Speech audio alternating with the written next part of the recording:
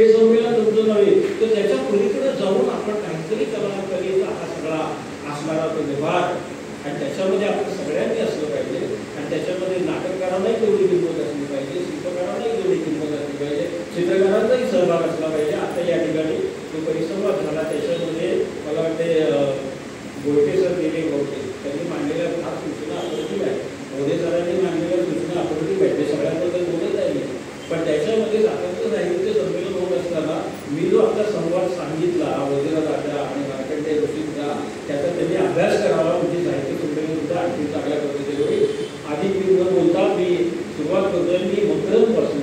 मकरंद साधारणपणे अभिनयाचं क्षेत्र म्हणजे मकरंदचा प्रवास कसा आहे, मकरंद अभिनेता म्हणून आला, काही लिखाण पण त्यानं केलं, त्यानं व्यावसायिक रंगभूमीवरती काम केलं, हिंदी रंगभूमीवरती हिंदी नाटकामध्ये काम केलं. त्याच्यानंतर तो काय झाला तर तो पहिला सातारा जिल्ह्यामधला कास्टिंग डिरेक्टर झाला.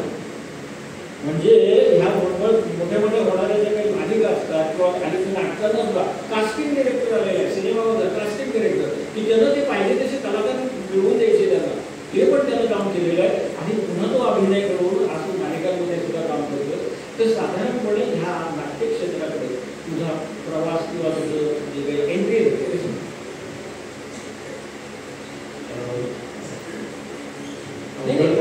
संध्याकाळी गप्पा मला मान्य आहे, पण दुपारच्या गप्पा असेल त्याचं इमॅजिन करते आपण संध्याकाळी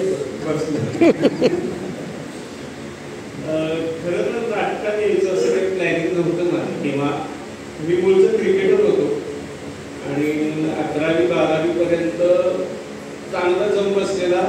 कॉलेजला FY असताना कॉलेजच्या टीमचं सिलेक्शन होतं आणि त्या वर्षी पण मी खूप चांगला खेळलो, पण सिलेक्शन नाही झालं. त्या फर्स्ट इयरच्या एक्झाम हॉलमध्ये मी पेपर लिहित असताना सडनली चक्कर येऊन पडलो आणि ब्लॅकआउट झाला डोळ्यावर. तर ती परीक्षा पण नाही दिली आणि थेट मला आठवतंय की एक साधारण दुपार असेल, मी डॉक्टरांच्या स्ट्रेचरवर झोपलेलो होतो आणि मला हेवी डायबिटीज झालं. तो 400-450 काहीतरी शुगर झाली आणि मी ड्रॉप झालो. म्हटलं संपलं सगळं, कारण मला बेसिकली खेळ हा फिटनेसवर अवलंबून असतो आणि मला ज्या काळात डायबिटीज झाला तेव्हा तो खूप मोठा होता. आता तो फार किरकोळ काढतो आपण, पण आता काय करायचं तर मी फ्रस्ट्रेट होऊन कॉलेजला गेलोच नाही.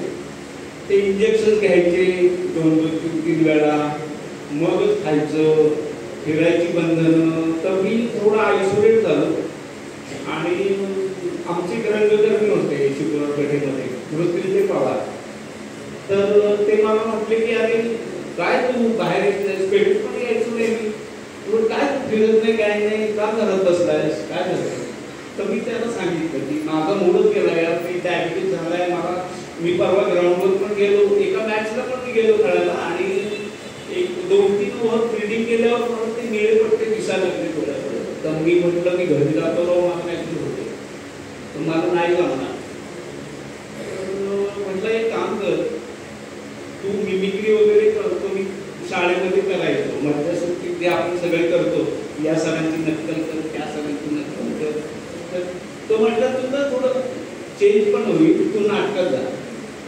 मी रवी डांगेला बोलतो, तू रवी डांगेला ड्रॉइंग वाचतो.